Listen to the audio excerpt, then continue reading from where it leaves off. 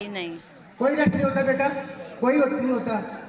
ये बाबा की कृपा से कपूर सिंह खत्री गांव इस्माइला 10 दिन नौकरी करवाता मेरा परमात्मा मेरे से, 1 महीने की तनख्वाह देता है।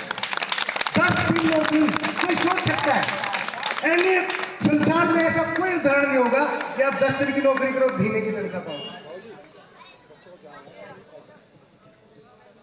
यही तो प्रॉब्लम है इनकी। मैं माफी चाहूंगा आपसे, कोई बात नहीं, बच्चे में यही, आप भी यही है। ये इतनी इंपॉर्टेंट चीज है, भेड़ चाल में मत चलो मेरी माताओं बहनों। आत्मा सो परमात्मा, आत्मा हमारे अंदर, ये भगवान।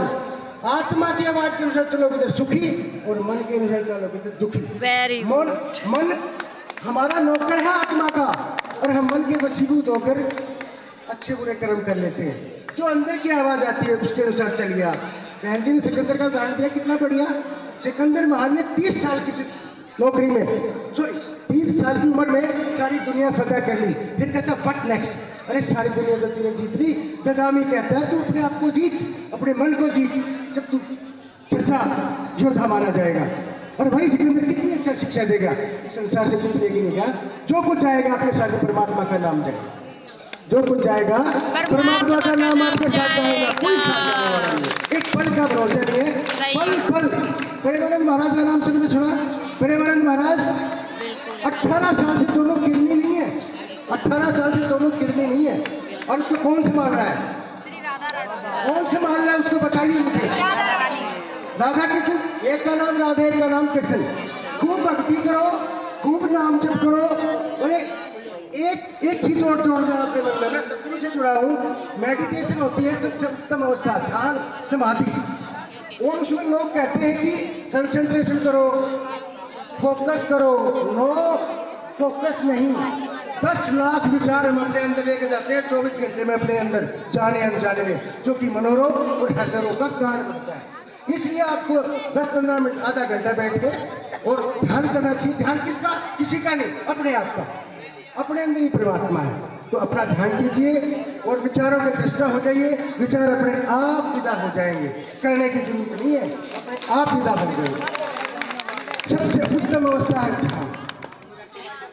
तो आपसे यही प्रार्थना है, यहाँ मस्ती में डूबो, ना कि दूसरे को देखो। दूसरा कैसे डांस कर रहा है, ये ऐसे क्यों देखते हो उसी को? तुम अपनी मस्ती में डूबो ना, क्यों दूसरे को देखते हो? Very good. अरे अपनी मस्ती में डूबिए, आँख फाड़ के दूसरे को देख रहे हो। दूसरे से देखो तुम्हारा पता नहीं है, क्यों भाई? अपने आप को देखो ना, अपनी मस्ती में डूबो ना, फिर देखो आनंद के नजारे। सही कहा। आनंद के नजारे अपने भीतर है, बाहर नहीं है।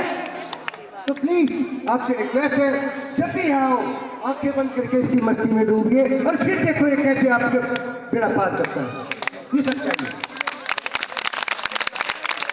तो आपसे प्रार्थना है मेरी कि आप लोग, मेन भक्ति ही है, वही आपको अपने लक्ष्य तक पहुंचाएगी। जीतने जी मोक्ष किसको कहते हैं? जीतने जी मोक्ष किसने ना देखा? मरने के बाद किसी ने मोक्ष नहीं देखा।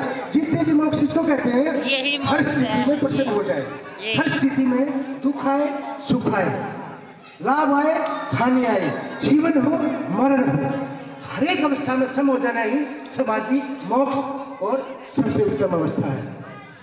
ठीक है, कुछ मेरी बात गलती निकल गई हो, मैं क्षमा चाहूंगा। और अब मस्ती लेते हैं बाबा की। आपका बहुत बहुत शुक्रिया मेरे को झेलने के लिए। इसी को जीना कहते हैं, इसी को जीना।